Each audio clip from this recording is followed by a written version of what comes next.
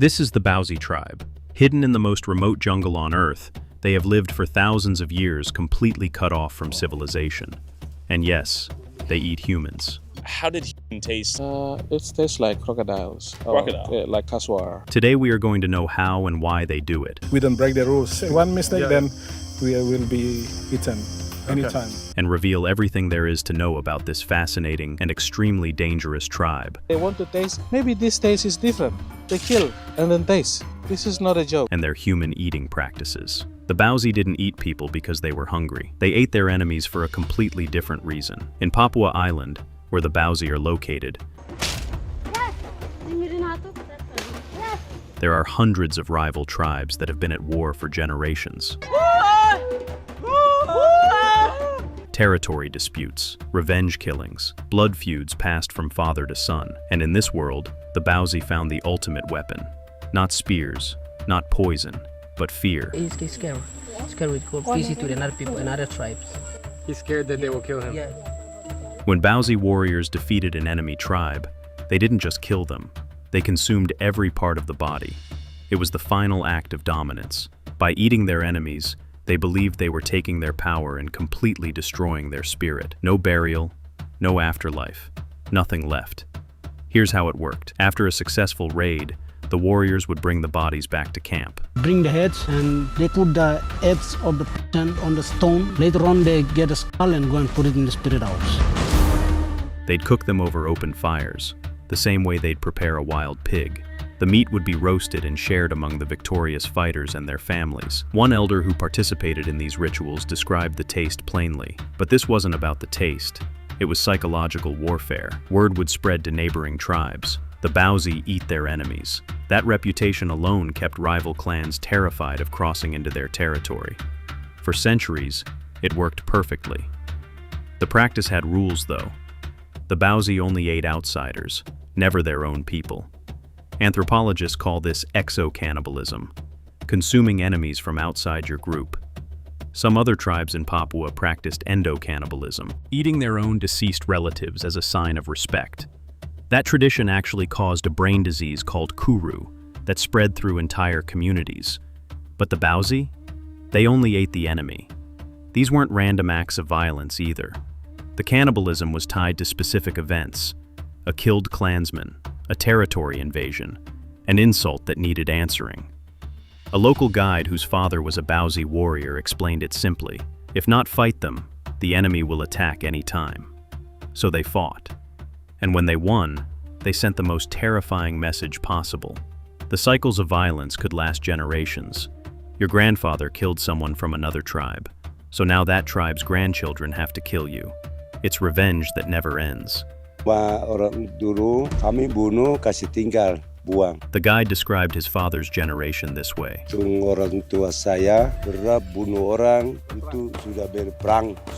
Life was really super cruel. They see other tribes as something to be hunted, fresh meat to be killed. Historical records show these practices continued shockingly late. How did they kill people? Was it tribal warfare? In 1968, 2 outsiders were killed and eaten by Papuan tribesmen. In 1974, 4 workers and their families met the same fate. Religious workers were attacked and consumed after they burned sacred tribal objects, enraging the warriors. We killed people from other tribes. When I was younger, me and my family members took part in it. By the late 1970s and early 1980s, the Indonesian government and outside influence finally reached the most isolated areas. Official reports say cannibalism stopped then. The tribes laid down their weapons. Many converted to Christianity. The practice became taboo instead of tradition. But here's where it gets interesting. The elders alive today still remember. They remember the raids, the battles, the taste, and some of them talk about it with strange nostalgia. What's wrong there?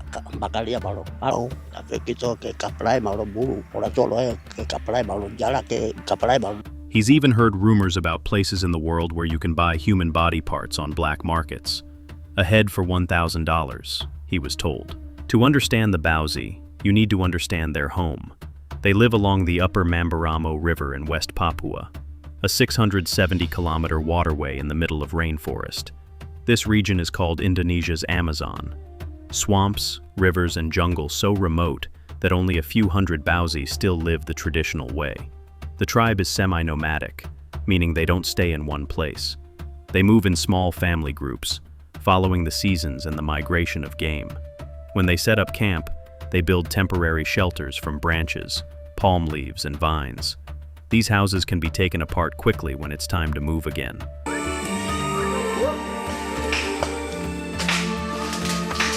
Everything they own has to be carried or left behind. Why do they move? The jungle provides, but it doesn't provide forever. Game gets scarce. Fishing spots get depleted. So every few weeks or months, they pack up and shift to a new area. It's how humans lived for thousands of years, and the bowzi never stopped. Their territory is protected by nature itself. The swamps are filled with crocodiles. The rivers are fast and dangerous.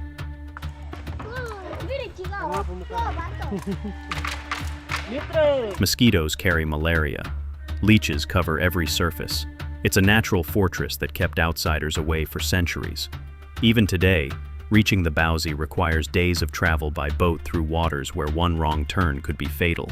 The bowzi day revolves around one thing: hunting. While they plant some easy crops like bananas and cassava, they prefer hunting over farming. It's in their blood. The men form hunting parties and track wild animals through the jungle. Wild pigs, couscous possums, forest deer, the cassowary, a giant flightless bird that can kill a man with one kick. But there's one animal that defines the bowzi more than any other: the crocodile. Crocodile hunting isn't just survival for them, it's identity, it's spiritual, and it's absolutely insane. Here's how they do it. A bowzi hunter crafts a harpoon from hard nibung wood and rope twisted from jungle vines.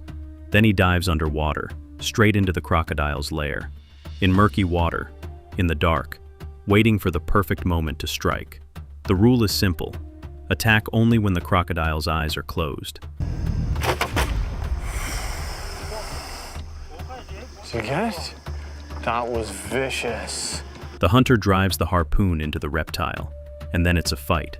The crocodile thrashes, the water explodes, and either the hunter surfaces victorious, dragging a 15-foot monster behind him, or he doesn't surface at all. Apalagi jika tak pernah merasakannya secara langsung. Baru ketika The meat feeds everyone for days. The fat is saved for cooking sago, the tribe's staple food made from palm trees. They even use crocodile fat as medicine for malaria. The tough skin becomes material for tools and shelter.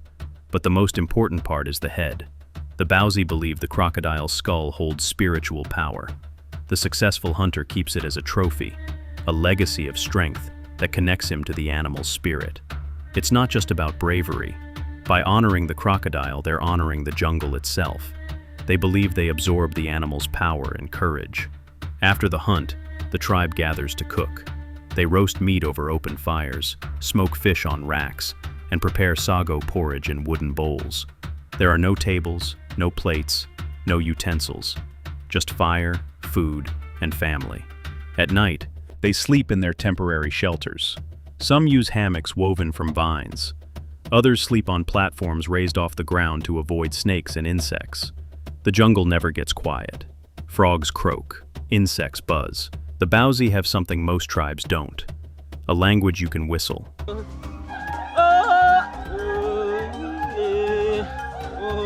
In the dense jungle, you can't see more than a few meters ahead. Vines and undergrowth create walls of green, but sound carries far.